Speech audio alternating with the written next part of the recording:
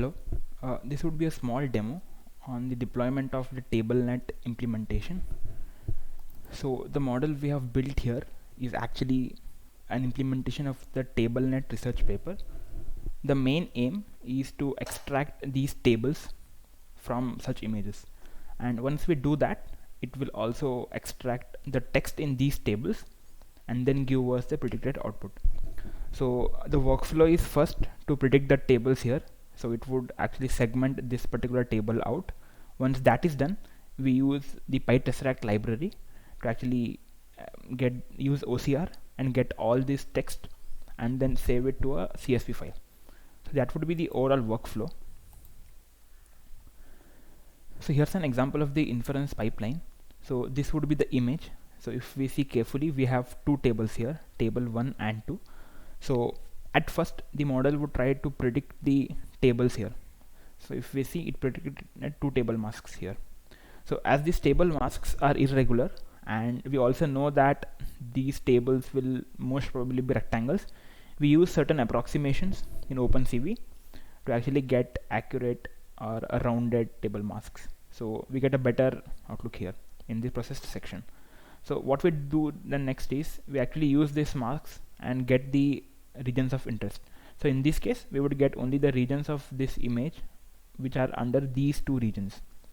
So this is the example for that. So once that is done, we get only these two parts and the remaining part is left blank.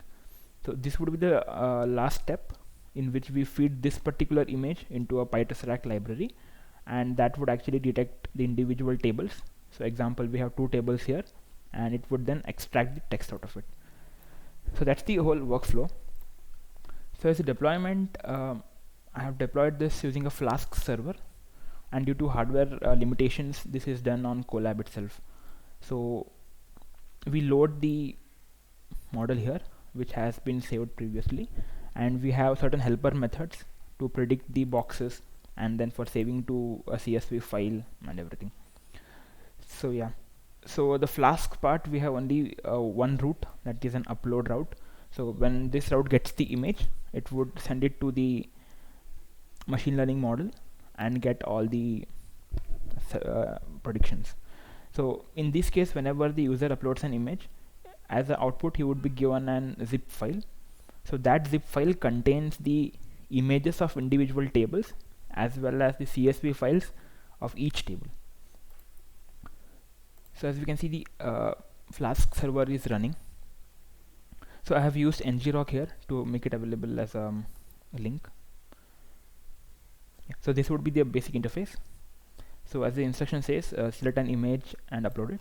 So we'll just choose this particular image here, this particular one. Let me choose temp1, and we'll also get a preview of the image so that we can make sure it's fine. So once this is done, we just need to click on the upload button here, and it takes some time to process, and as a result we would get a pop-up to download an output.zip file. So I'll just save it. So once we open this file, as we can see, the contents are, we have a CSV file and a JPEG file. So in this case, we had only one table, so the model predicted only one table here. So if we look into the table image here, as we can see, the model did not predict the exact table, but it included some text as well. So we can expect such cases also. So this CSV file contains the data extracted from this particular image here. So let's open the CSV file. Yeah, as we can see, it predicted most of the part correctly. Like the first rows were proper, scheduling, JY, JZ and rec, and then all the data is here. We can see there is some improper data also. It has some text as well as some improper data. So that is the reason why we cannot say it's 100% accurate. So there would be some cases due to the image clarity, resolutions, which could affect our model. So yeah, that would be one example. We'll do it for one more case. Yeah, so we'll upload this particular image. So it takes some time depending upon the image resolution and everything. Yeah, we get an output.zip file. We'll open this, and again if we see the image, yeah, in this case the table was properly segmented, but still we see that the last row has been truncated. Yeah, So if we look into the CSV file,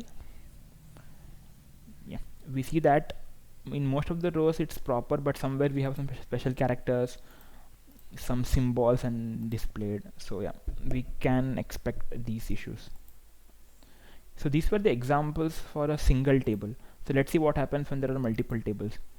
So in this case, if we see, we have table 1 and table 2. So let's try uploading this particular image to our model.